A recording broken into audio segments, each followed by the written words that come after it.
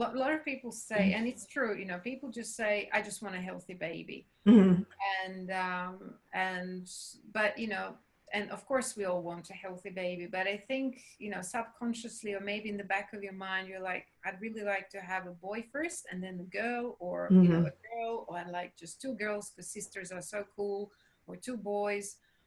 You know, and the men could be thinking the same thing. So while people always say, you know, I don't care as long as they're healthy, and that's true, I think in the back of their minds they still may have a preference, or if they already have two boys, you know, they desperately want a girl because they want to balance their family, and you know, if they have one girl, they may want a boy. So there are, you know, with IVF, we know we can pre-select the embryos. But for natural conception, for a long time, it was believed that Dr. Schettle's method was the right method. And according to this method, the Y sperm are faster and they live for a shorter time, and the X carrying sperm are slower, but they live for longer time. So he said to conceive a boy, you should have intercourse closest to ovulation because the Y carrying sperm are going to reach the egg first and fertilize it. If you want a girl, you should have intercourse few days before ovulation because by that time all the Y carrying sperm will die off and only the X carrying sperm will still be around, and so your chances of conceiving a girl are higher.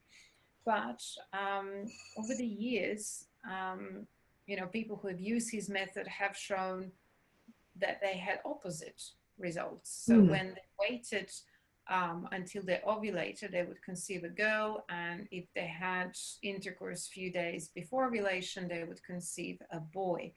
And so now, actually, based on, you know, lots of new statistics and research and studies, they're actually showing that is the case. So if you would like a boy, you should be aiming to have intercourse few days, 2 to 3 days before ovulation. And if you'd like to have a girl, you should have intercourse on the day of ovulation, even like few hours after you ovulated. But for most people, it's difficult to, you know, exactly say, oh, I ovulated at noon, so I'm going to wait till 4 to have intercourse.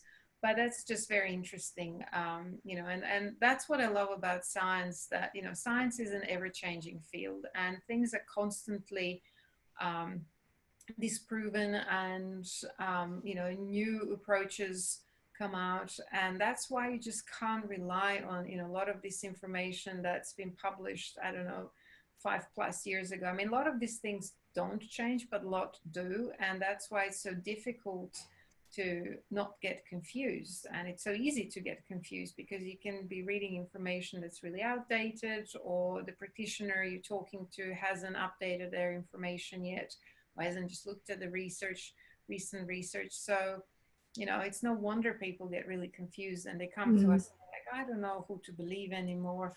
I read this, I read that. That practitioner says A, you say B, you know, the other person says C, you know, what's the right way? And everyone's, you know, really confused. So you just got to accept that in health and in science and in medicine, there is this element of science that it's ever changing. You know, it's constantly changing, it's constantly evolving. So you got to embrace that, and yeah, just work with people who do like to do their research and stay on top of research.